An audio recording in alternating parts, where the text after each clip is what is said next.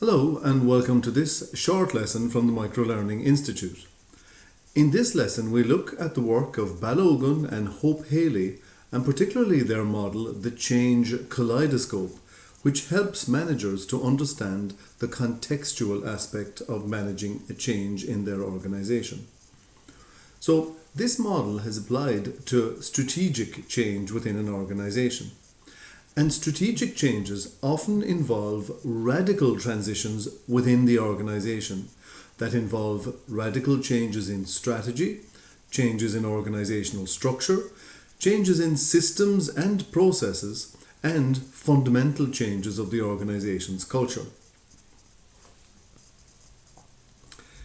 If these change implementation efforts are to be successful, they need to be context sensitive, i.e., what we're suggesting here from Balgoun and Hailey is that there isn't just one change management process, but that the change management process needs to be adapted to the contextual features of each organization in which the change is being delivered.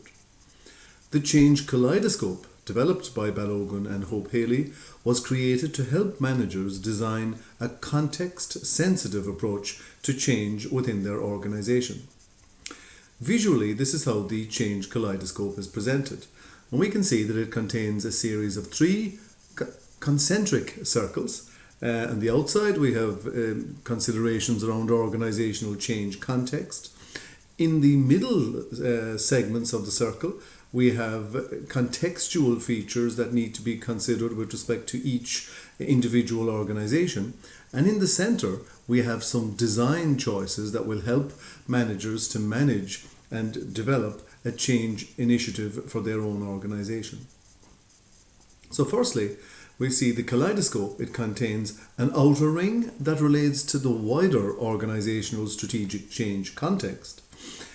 It contains a middle ring that represents the more specific contextual features of the change situation. And finally, it contains an inner ring that correlates with a menu of design choices that are open to change agents and managers when implementation of change is attempted. Let's begin by looking at some of the middle ring of the change kaleidoscope. So in this context, we look at both the time and the scope that is applicable to the context of the change. So the time is the time that an organization has to achieve the change. Organizations in crisis very obviously have very little time and they need to change quickly and reactively. However, organizations concerned with longer term strategic development normally have more time to change. The second characteristic on the inner, in the middle ring of Balgoun and Hailey's model is the scope of the change. And the scope is the degree of change required in terms of realignment or transformation. And it is also necessary to consider how much of the organization is affected, i.e., is the change restricted to a particular division or department, or is the change organization-wide? Balgoun and Hailey developed some different terminology to help us describe the different types of change. So here is a 2x2 matrix which they've developed, which on the x-axis, again across the top, we can consider the extent of the change. And Balgoun and Hailey consider that there are two different options here. One is it transformational change, i.e. Significant, or secondly, is it realignment, i.e. A small change. Secondly, on the y-axis, we have the speed of the change. And Balgoun and Hailey describe the speed as either being incremental, i.e. it can happen over a period of time, or being big bang, i.e. it has to happen immediately because external factors are dictating so. So Balgoun and Hailey have developed different terminology to characterize each of these changes. So change that happens incrementally, but that is transformational, Balgoun and Hailey call that evolutionary change. Whereas change that happens incrementally but involves a realignment, Balgoun and Hailey call that adaptation. Similarly, Big Bang change, which needs to happen quickly, and is also transformational, Balgoun and Hope Hailey coined the term revolution for that change, whereas Big Bang change that isn't as significant, that happens quickly but isn't as significant, is characterized as reconstruction change. So Balgoun and Hope Hailey looked at adaptation, and this is something that can be accommodated with the existing culture and can occur incrementally. Whereas reconstruction is rapid change but without fundamentally changing the culture. Revolution is fundamental change of both strategy and culture, whereas evolution, cultural change is required, but this cultural change can be accomplished over a period of time. Now let's look at the other characteristics, contextual features of change that Balgoun and Hope Hailey identified in the inner ring. Now we've already looked at time and scope, so now we're going to look at preservation, diversity, capability, capacity, readiness and power. And each of these need to be considered with respect to the different context of change in each organisation. Firstly, let's look at preservation. And preservation relates to the extent to which it is necessary to maintain certain ways of working, to maintain certain aspects of culture, and to retain particular groups of staff. Also, the way it is necessary to preserve specific organisational competencies within the organisation. So the more preservation we have, the more things are staying the same. Diversity is the next item that Balgoun and Hope Hailey asked us to consider. And this is the degree of diversity among the staff groups who need to undertake change. Divisions and departments, for example, finance and R&D, may have different subcultures and different and more diversity. Divisional cultures may also be affected by national cultures. Next, we look at capability, and again, Balgoun and Hope Hailey identified 3 levels of capability. Firstly, we have individual capability for change, and this applies to the abilities of individuals to cope with the transition that they will have to undertake as a result of the change initiative. We also need to consider the managerial capability, and this is the ability of managers to help their staff through the transition process related to the change. And finally, we have to consider the organisational capability for change. This is the existence of organisational resources with the knowledge and ability to manage the type of change that is required.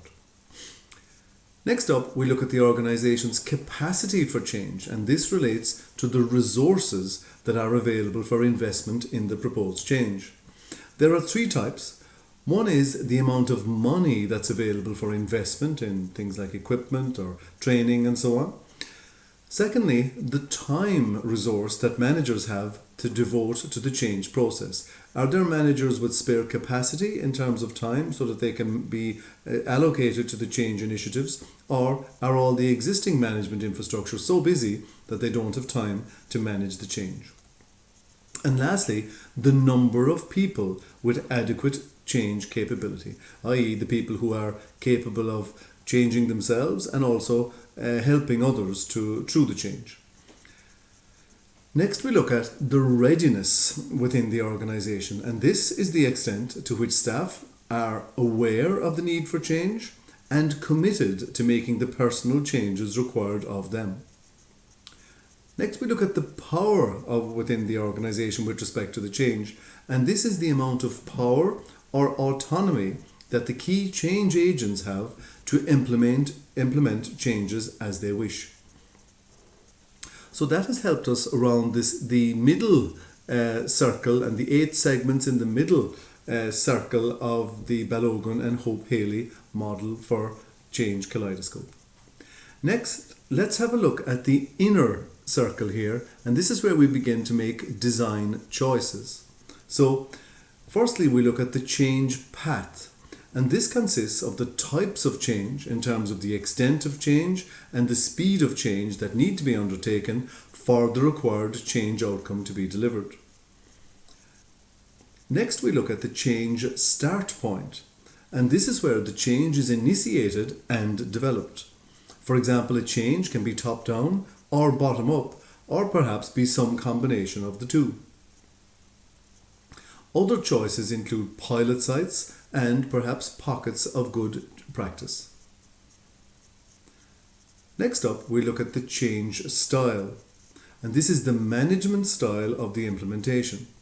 There's a continuum of styles from highly collaborative to participative or directive and then coercive.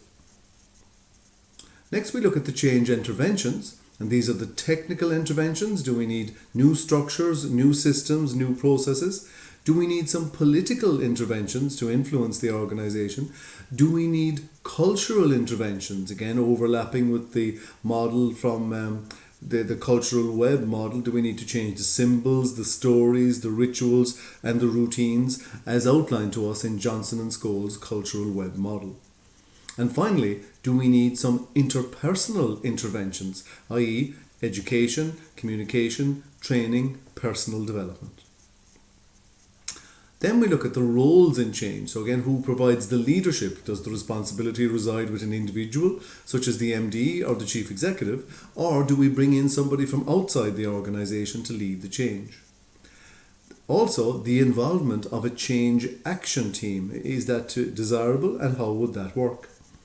And the delegation of the management of change to a functional head. Thank you very much for watching this short tutorial on strategic change management, focusing on the work of Balgoun and Hailey from the Microlearning Institute.